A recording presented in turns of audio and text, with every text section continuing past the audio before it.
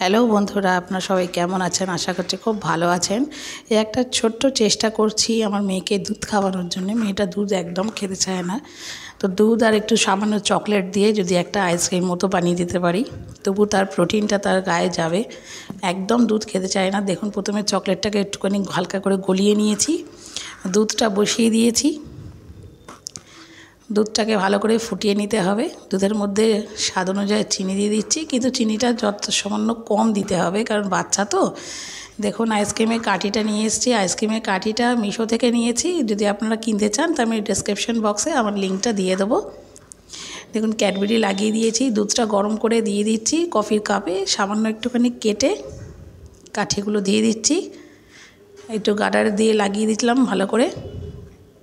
খেতে ভীষণ টেস্টি হয়, আপনারা করে দেখবেন। বাচ্চারা দেখবেন দুধ খেতে চায় না, কিন্তু এইগুলো আইসক্রিম ভেবে ভালোভাবেই খেয়ে নেয়।